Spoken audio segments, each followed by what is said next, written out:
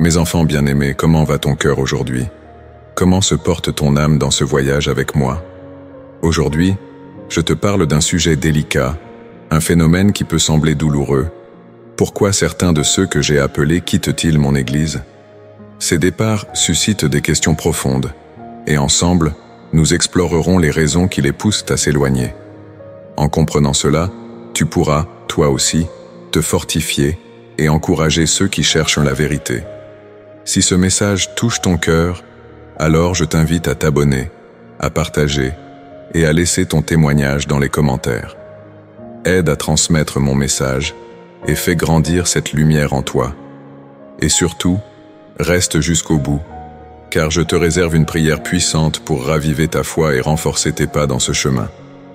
Les élus peuvent être profondément déçus lorsqu'ils perçoivent des incohérences entre l'enseignement de l'Église et les actions de certains de ses membres.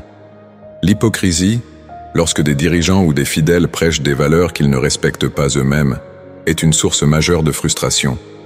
Jésus lui-même a dénoncé l'hypocrisie des pharisiens, disant « Malheur à vous, scribes et pharisiens hypocrites » Matthieu 23:13, soulignant que la foi ne doit pas être un masque mais une vérité vivante. L'autoritarisme est une autre raison de départ, lorsque les structures de l'Église étouffent, plutôt qu'elles n'édifient. Pierre nous appelle à servir non pas en dominant, mais en étant des modèles pour le troupeau. 1 Pierre 5:3. Le manque de compassion et l'absence de soutien, enfin, sont des manquements graves, car l'Église est censée être une communauté d'amour. Paul encourage « Portez les fardeaux les uns des autres, et vous accomplirez ainsi la loi de Christ. » Galates 6:2. Ces comportements déconnectés de l'amour du Christ peuvent ébranler la foi des croyants, les poussant à chercher une expression plus authentique de leur spiritualité ailleurs.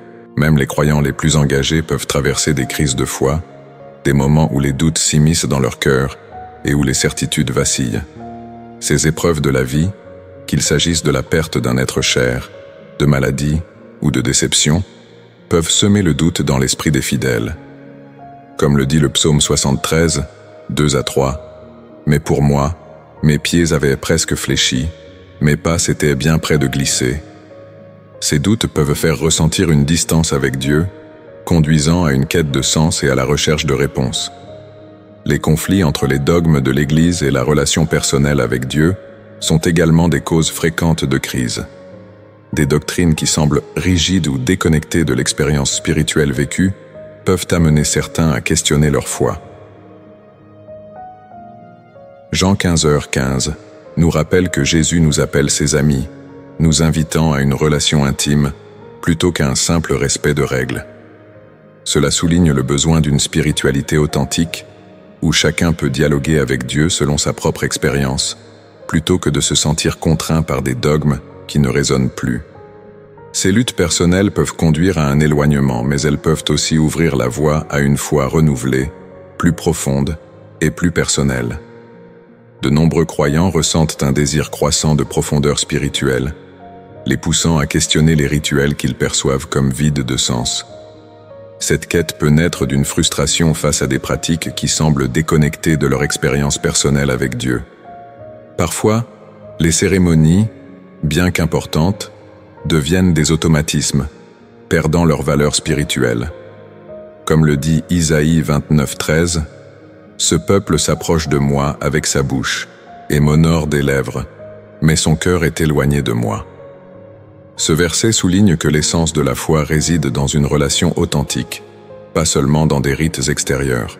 Dans cette recherche d'une foi plus authentique, certains élus choisissent de s'éloigner des pratiques ecclésiales traditionnelles, ressentant une déconnexion entre leur vie spirituelle et les rituels imposés par l'Église.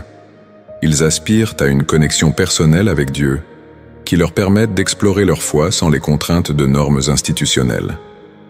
Ces croyants se tournent souvent vers des pratiques spirituelles individuelles, telles que la prière personnelle, la méditation ou l'étude des Écritures en dehors des structures ecclésiastiques. La spiritualité authentique est un voyage, un chemin de découverte où chaque individu est appelé à développer sa propre relation avec le divin. Comme il est écrit dans Jérémie 29:13, Vous me chercherez, et vous me trouverez, si vous me cherchez de tout votre cœur. Cette promesse de Dieu encourage chacun à poursuivre une foi vivante et dynamique, libérée des conventions et ancrée dans l'expérience personnelle. En fin de compte, cette quête d'authenticité peut enrichir la foi, amenant à une compréhension plus profonde de l'amour et de la grâce divine. Dans notre monde moderne, les valeurs d'individualisme et d'autonomie prennent une place prépondérante, façonnant ainsi la manière dont les croyants perçoivent leur foi et leur relation à l'Église. L'attrait croissant pour l'autonomie spirituelle pousse certains à s'éloigner des communautés ecclésiales traditionnelles, où le collectif et le partage de la foi sont au cœur de la pratique chrétienne. Cette tendance à privilégier l'individu sur le groupe peut créer un fossé entre la quête personnelle de spiritualité et l'expérience communautaire de la foi. La société contemporaine encourage une approche de la vie axée sur l'épanouissement personnel, laissant peu de place à l'engagement communautaire. Ce changement de paradigme amène de nombreux croyants à rechercher des expériences spirituelles qui répondent à leurs besoins personnels, plutôt que de participer à des activités ecclésiales qui peuvent sembler déconnectées de leur réalité quotidienne.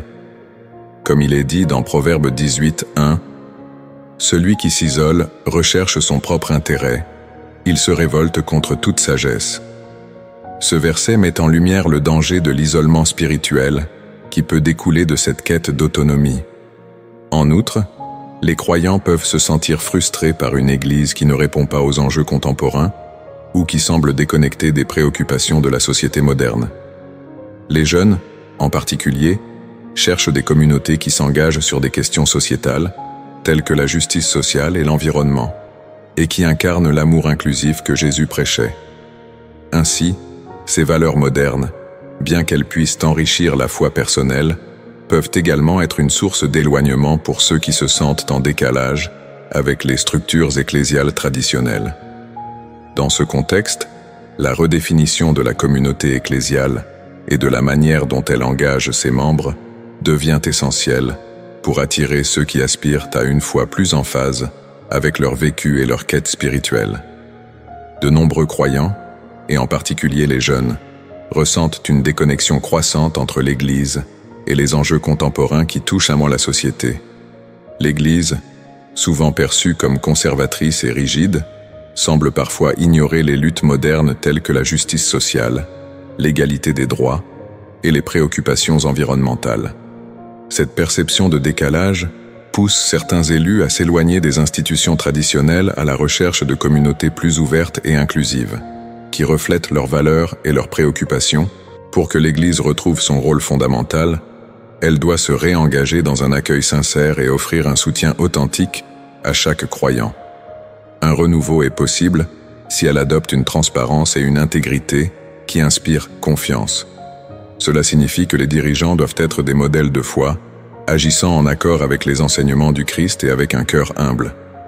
Dans Jean 13:35, il est écrit « À ceux-ci tous connaîtront que vous êtes mes disciples, si vous avez de l'amour les uns pour les autres. » Cette parole rappelle que l'Église doit être un lieu d'amour où chacun se sent accueilli.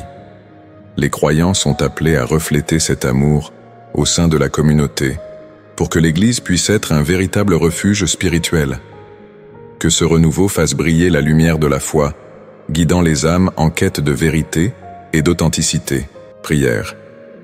Seigneur Tout-Puissant, nous venons à toi avec des cœurs humbles et pleins d'espérance. Dans les moments de doute et d'éloignement, guide-nous vers ta lumière. Réveille en nous un amour profond pour toi, un amour pur, sans condition. Que ton Esprit Saint inspire et renforce chaque croyant, renouvelant la foi en chacun. Bénis ton Église, Seigneur, et purifie-la de tout ce qui éloigne de ta vérité. Donne-nous la sagesse pour discerner et la force pour persévérer. Que ta paix et ta présence remplissent nos vies, et que nous marchions toujours dans tes voies. Au nom de Jésus-Christ. Amen.